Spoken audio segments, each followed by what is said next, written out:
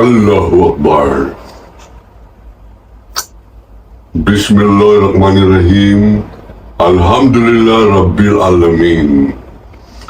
Assalamualaikum warahmatullahi wabarakatuh. Allahu Akbar. Mga kaibigan, ngayon po ay ika-11 ng Hunyo 2025. At tayo po ay nagpapaabot sa inyo ng isang magalang, mapayapang pagbati sa bawat Pilipino sa taong bayan. Mga kaibigan, tayo po ay medyo nagugumihanan sapagkat pinanood ko ang bawat segundo, bawat hibla ng impeachment hearing mula po kahapon. Una, nais ko pong pasalamatan, batiin ko lahat ng mga Pilipino nagtungo po dyan sa Senado, dyan sa Senate grounds, harapan ng Senado, sapagkat sang-ayon po sa ating kaibigan na correspondent, yung po bang reporter ng media na nasa loob ng Senado, ninenervyos daw ang mga senador nung nakita nilang padami ang tao dyan po sa paligid ng Senado. At tayo po, nakita natin mismo, nung tayo po nagtungo dyan, well, para po reunion. Nakita ko dyan yung mga nakasama kong mga taong bayan ng People Power 86. Well, nagkikita-kita po kami dyan sa yung pong ATOM, ATOM, August 21 movement. Abay, nag-reunion po kami. Abay, tuwan-tuwa po kami, nagkita-kita kami sapagkat karamihan po sa amin ay medyo puti-puti ng buhok at medyo meron pa po akong nakita na nakatungkod na. Nakatungkod na. Nung araw ay isa po sa mga leaders yan na galing po sa hanay ng simbahan, bagamat hindi po siya pare. At yan po ay naging buod ng magandang pagkatao ng mga Pilipino. Yan po ang totoong taong bayan. Hindi hinakot, hindi binayaran, hindi sila maisog, hindi nabawenyo, at hindi Iglesia ni Cristo. Natural na mga tao nandyan po. At nakita ko rin po dyan yung mga miyembro ng One Bangsamoro Movement sa pangunguna nila Ustad Ahmad Al-Alim, sila Haji Yasin Ibrahim, na brad din po natin sa Alpha Pi Omega. Yan po ay ating pong binabati at napakaraming tao. Ang kapansin-pansin ko po ay ang kapulisan. For the first time sa rally dyan po sa harap ng Senado at kung saan man magiging rally siguro, wala po yung riot control. Ano po yung riot control ng pulis? Yan po yung tagaharang o taga-supil ng people power o ng mga mass movement, mass organization, mga rally, mga protest presence dyan po sa mga kalsada, Parliament of the Street. May mga pulis po tayo nakita, visible naman sila, naka-uniforme, magalang, nagtra-traffic, bumabati. Yan po ang bagong kapulisan. Nararamdaman po natin ang para pong epekto yan ng magandang kultura na pinaiiran ng bagong chief ng Philippine National Police na si General Nicolas Torre III. Uli, binabati po natin ang ating po mga kababayan sa iyo pong pagmamatsyag, sa iyo pong pagpapakita sa Senado at siguro nararamdaman din nila sa inyong mga reaksyon sa social media doon po sa mga patuloy na nagpaparamdam po sa atin ang kanilang pakikisa. Maraming salamat po sa mga comments ninyo dito po sa ating YouTube channel. Dumarami na po, konti na lamang, magiging 100,000 subscribers na tayo. Bagamat, meron po isang analyst na nagsabi sa akin, halatang-halata naman, kawali, ino-operate ka ng troll. Kung hindi yan China, mga digonggong troll yan. Duterte troll yan. Bakit? Eh, ang listenership mo, viewers mo, lalo yan yung tinawag mong haram, yung pong pinakamababa, pinakababoy na uri na Muslim, ang tawag po dyan ay haram. Eh, hindi na po haram ang tawag dyan, ang pinakamababa at pinakababoy na Muslim, ang tawag po dyan ay Robin Padilla, senador ni Duterte. Yan po pinakamababang uri ng senador, pinakamababang uri ng Pilipino ng taong bayan.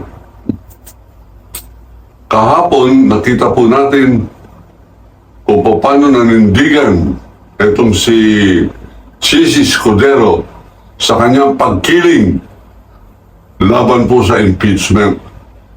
Ang tawag po natin sa journalism o sa English, impropriety. Hindi naaangkop, hindi nababagay, hindi karapat-dapat. Yan po ibig sabihin. Inappropriate, impropriety ang kanyang pagkilos.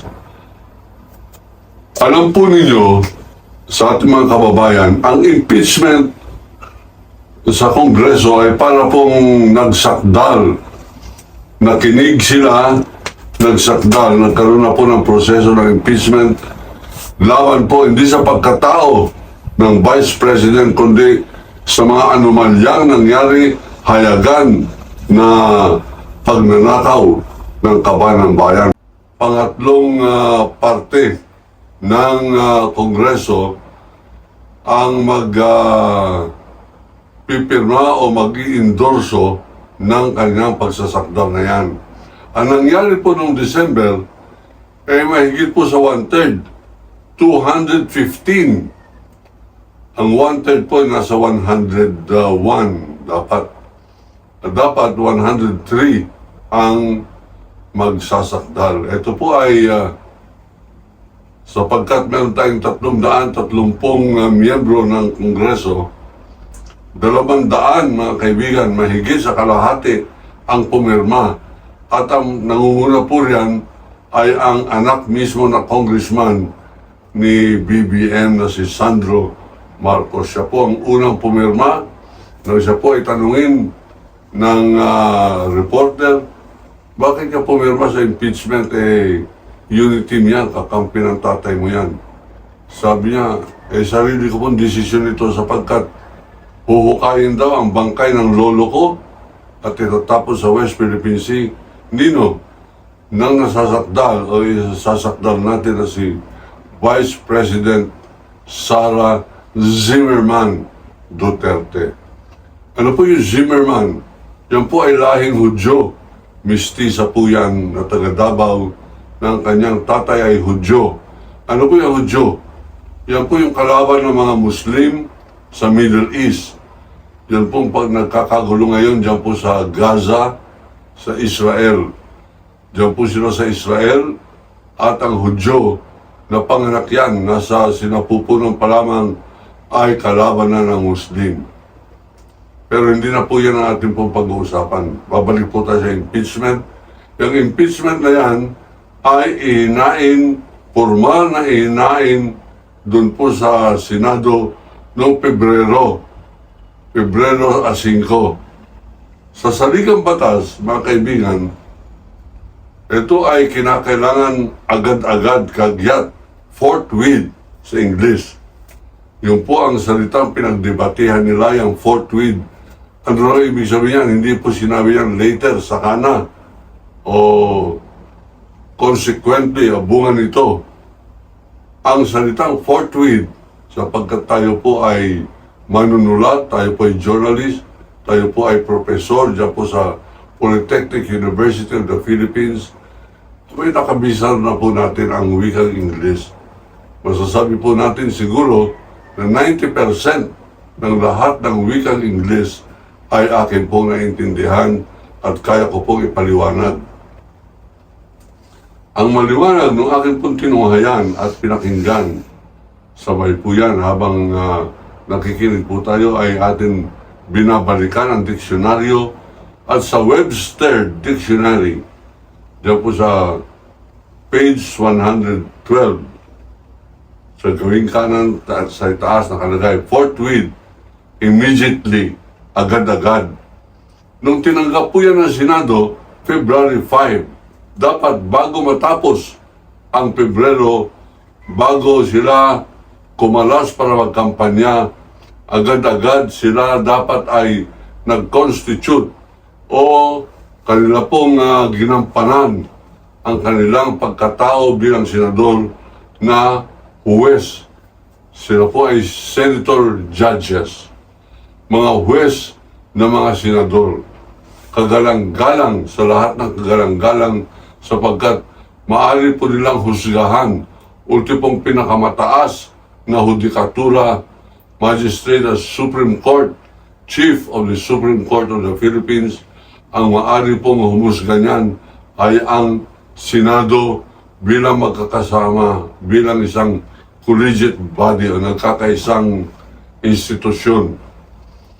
Ang nangyari po dyan, sapagkat ang ating pong Senate President, ang naglagay po dyan ay mga kakampi niya, mga senador, at ang mga senador na yan ay pawang kakampi ng dating mayor ng Davao at naging pangulo ninyo, si Digongio Rodrigo Roa Traidor Duterte, ay nagpakita po ng loyalty. Yung po bang masyadong pagsunod sa kanyang amo, ang Senate President of the Republic of the Philippines. Maling-mali na po yan, inappropriate ika nga, sapagkat ang Senado ay representante na pinakamataas na representante o tagapagsalita o tagapagtaguyod ng hinaing ng taong bayan. Dito po natin tinitignan na masyado pong mababa na ang pagtingin ng ating mga senador dito po sa ating mga kababayan o dito po sa ating saligang batas. Kaya po natin tiisin na tayo po ay para po bang isinasantabi ng Senado, ngunit ang hindi po napapatawad natin ay ang kanilang pag-alipusta o pagluray-luray, paggutay-gutay ng ating pong saligang batas. Sapagkat bukod sa inupuan na po yan ng 4 na buwan, nakalagay po sa saligang batas na hindi ka na ngayon basta mambabatas lamang, Mr. Senator, ikaw ay huwes na magpapataw ng sentensya kung meron bang pananagutan itong Vice President Sara Duterte sa kanyang pagbabanta, yung pong articles of impeachment niya. Ang articles of impeachment, mga kaibigan, ay dyan po naglalaman ng ano ang kanyang mga specific o mga nakikitang paglabag sa batas. Pareho po ng kanyang pagbabanta na papapatay niya si BBM, pinapapatay niya si First Lady, na galit po siya riyan, at yung pang-apat na pinakamataas na pinuno ng bansa, si Speaker Martin Romualdez. Hindi po biro yan. Pero tumambad po sa atin sa Quadcom ng Kongreso nang siya po ay iniimbestiga na marami pa siyang mga krimen na nagawa. Ang pinakamalaki po dyan ay yung hayagan na pandarambong, pandaraya, perjury, dyan po sa usapin ng budget o confidential funds ng Office of the Vice President at Office of the Secretary of the Department of Education. Yan po ang kagawaran ng edukasyon o Department of Education. Yan po ang pinakamalaking budget sa lahat ng gastusin ng gobyerno. Pangalawa lamang dyan ang military. Pinakamalaking budget po yan. At sa aking pong pagkakaintindi, ang hiningi po ni Sara Duterte ay 100 bilyon at babaguhin niya at kanya lang isasaayos lahat ng problema ng kagawaran ng Department of Education. Siya po ay binigyan ng Kongreso ng budget na 667 billion pesos. At ang malaking bahagi po nito ay ang confidential funds. Ano po ang confidential funds?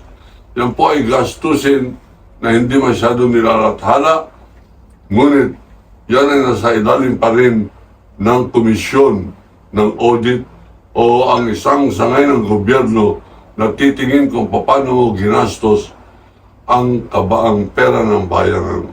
Yan po ang buwis natin. Lumalabas na walang patumangga ang paglustay ni Duterte sa pera ng taong bayan, sa buwis na binabayan.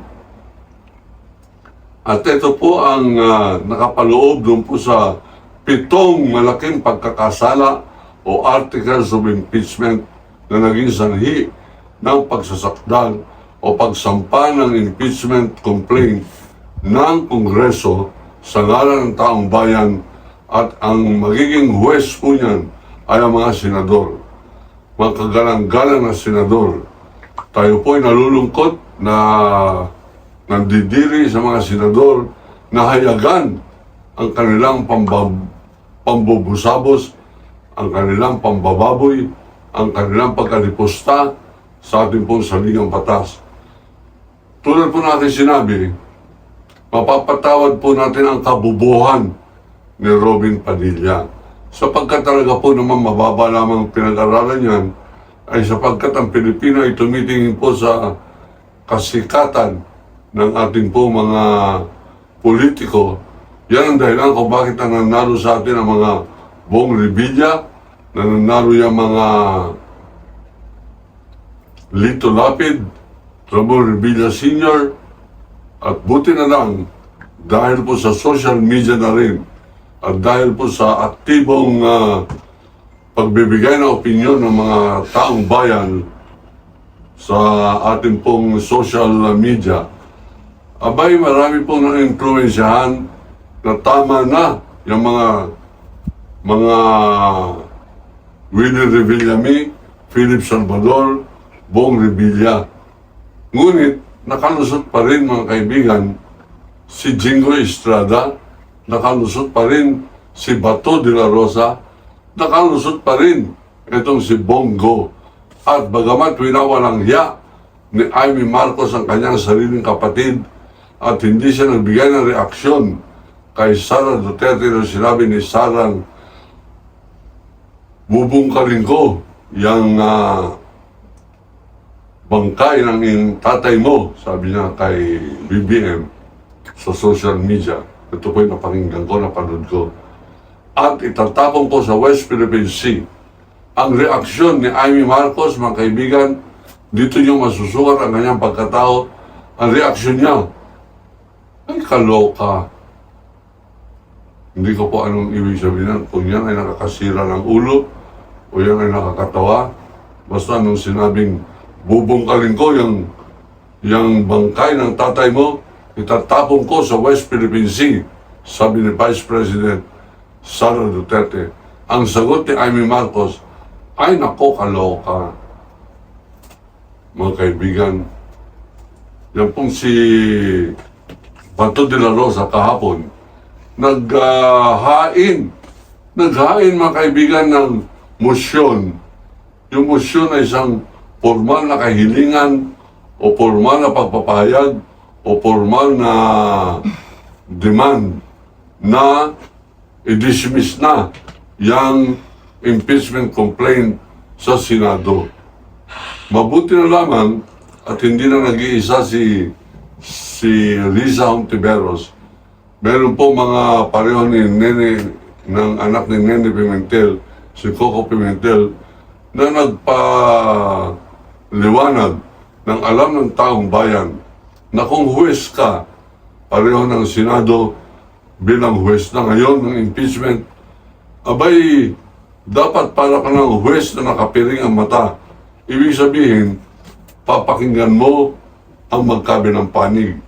Ito, sabi ko nga, ako'y tutulong kay Vice President Sara Duterte na ipaglaban niya ang kanyang karapatan bilang nasasakdal na magbigay ng ebidensya na hindi totoo o papabulaanan niya yung mga gabundok na mga ebidensya ng pandarambong at pagkakasala niya na ito'y pinamuka ng social media sa pamamagitan po ng mga texting, pamamagitan ng mga vlogger, pamamagitan ng social media at pamamagitan ng YouTube channel na pareho po itong Waldy Carbonell Commentary.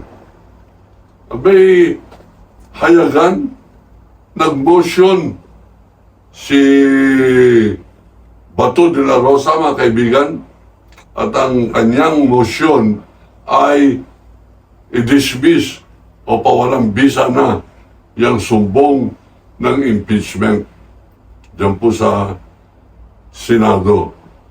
Hindi po pwede yan. Paano sinabing wag natin sundin ang saligang batas at tayong bayan, taong bayan, hindi dapat papalakpak dyan. Hindi tayo dapat manahimik. Alam po ninyo, uulitin ko po, yung pong hindi naman original ito. Ito po ay maraming beses na napapakinggan ninyo, ultimo sa mga kaparian, at ang nagsasabing ang pananahimik sa harapan ng krimen na nangyayari sa iyong kapaligiran o sa iyong kaalaman ay pagbibigay bendisyon o pagsang-ayon dyan sa krimen o kasalanan na nagagawa. Ito po inuulit po natin. Ang ibig po sabihin yan, pag ikaw ay sumasang-ayon, nakikiisa ka, sinusuportahan mo yan nagsasabi ng masama. Halimbawa, sinusuporta mo si Duterte sa kanyang pagsasabing, lahat ng patayan ay sagot ko. Sapagkat pag ikaw ay adik, PI ka, kinakailangan mawala ka sa mundong ito. Kinakailangan gagawin kitang pataba sa Manila Bay. At ang mga pulis, hindi ko bibigyan ng reward dyan. Bagamat binigyan niya ng malaking reward, malaking pera ang kapulisan para sumunod po sa kanya. Sang-ayon po kay yung girlfriend niya na pulis, Colonel Rowena Garma. Abay, merong presidente, girlfriend niya, pulis, ngunit siguro nagselos po ito kay Hanileta Bansenya. Binulgar niya na ang totoong may pakana ng patayan sa ating bansa, walang iba kundi si Rodrigo Roa Duterte. Anong reaksyon ni Duterte nung tinanong siya niya ng media? Ang sabi niya, huwag niyo paniwalaan yung gaga na yan. Hindi po maaaring ganyan lamang yan. Ngayon, nagkaroon na po tayo ng pagkakataon na panagutin si Rodrigo Duterte. Wala po naglakas ng loob, wala po nagbistulang huwes, walang malakas ng institusyon o kagawaran na sabihin, manugot ka sa mga krimen mo, Rodrigo Roa Duterte. Ngayon, sapagkat wala pong kakayanan ang gobyerno ng Pilipinas na litisin si Rodrigo Duterte, naghain yung mga biktima ng kanilang reklamo, inalalayan sila ng Commission on Human Rights at ni Senator Sonny Trillanes. Abay, huwag po kayong basta luluhan na lamang, huwag na po kayong tatangis, huwag na kayong masyado naghihirap. Tutulungan namin kayo na maparating natin sa International Criminal Court. Ito pong inyong hinaing. Yan po ang dahilan kung bakit nagkaroon ng demanda sa ICC si Rodrigo Roa Duterte. Ngayon, nakademanda ang kanyang anak dito po sa Senado sa salang impeachment. Ano po magiging kaparusahan yan? Ang kaparusahan lamang yan ay ikaw ay matatanggal na sa pagka Vice Presidente at hindi ka na maaring humawak pa ng kahit na anong pwesto sa gobyerno. Ito po ang kinakatakutan nila sapagkat gagawin nila lahat ng kanilang magagawa katulong ang China na magiging Pangulo pagdating po ng 2028 ay si Sara Duterte. Yan po ang kahalagahan ng impeachment na ito. Kaya nga po, magmamatsyag tayo, pagtutuunan po natin ang pansin at ng atensyon itong impeachment proceeding na ito. Eternal vigilance is the price of liberty. Yan pong walang katapusan at masusing pagmamatsyag ang pong responsibilidad natin para manatili tayong malaya. Ngayon, uulitin ko ito. Yang pag-aayin ng motion for dismissal ni Ronald Bato de la Rosa, kagalang-galang na senator, ay isang pambababoy. Hindi po dahil sa kanya itsurang baboy din siya, kundi yung pong kanyang gawain. Akalain po ninyo, kung huwes ka, ito po halimbawa yan, ikaw ay judge, meron nagdemanda sa iyo, sa iyong sala, ng isang tao ang siyang sumaksak dito sa biktima at ang sumaksak ay nasasakdal. Kahit na alam mo bilang judge ang sumbong na hindi lang siya nag-iisa, dalawa sila, hindi mo maaaring sabihin yan. Hindi ka maaaring kumiling sa sarili mong impormasyon na magiging batayan mo. Kinakailangan kung ano ang hinain sa iyong sala, yun lamang yung ebidensyang inyong kailangan pagbatayan. At dito po sa impeachment na ito, bilang judge, hindi ko maintindihan bakit natin pinapayagan ng isang judge pareho ni Senator De La Rosa, siya ang nagmimistulang abogado ni Sara Duterte, at dapat na nagpapadismiss niyan ang kumukwestiyon diyan po sa sariling batas ay ang nasasakdal na si Sara Duterte. Bakit niya sinasaklawan ang karapatan na magtanggol ng kanyang sarili itong si Vice President Sara Duterte? Bakit nagmimistura silang abogado o tagapagtanggol, hayagan? Yan si Bato de la Rosa, si Bongo, yan si Robin Padilla, Cynthia Villar, opo, nandiyan pa si Cynthia Villar hanggang June 30, at si Amy Marcos. Si Cynthia Villar, salamat po sa social media, salamat sa taong bayan dyan po sa Las Piñas, natalo ng isang konsihal sa kanyang dynasty, lugar ng dynasty na Las Piñas, na matagal nang kontrolado ng mga Villar.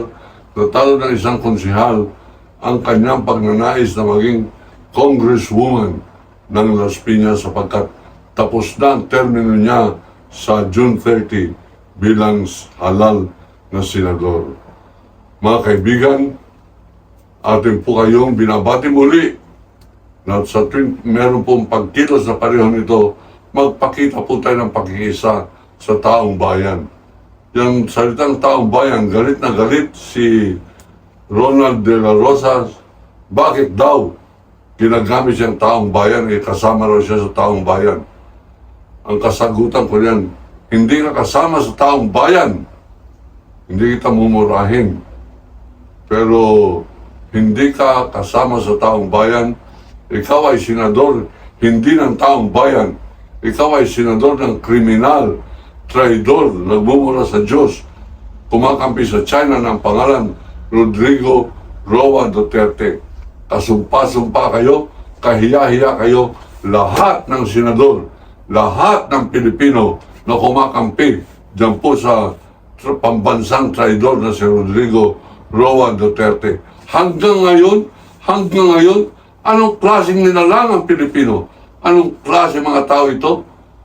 Kristiyano, minura si Kristo, tinawag ng estupido ang poong may kapal, ang Diyos Ama. Abay, dinadakila pa rin ninyo. Ang ibig sabihin, kasama kayo sa nagmura.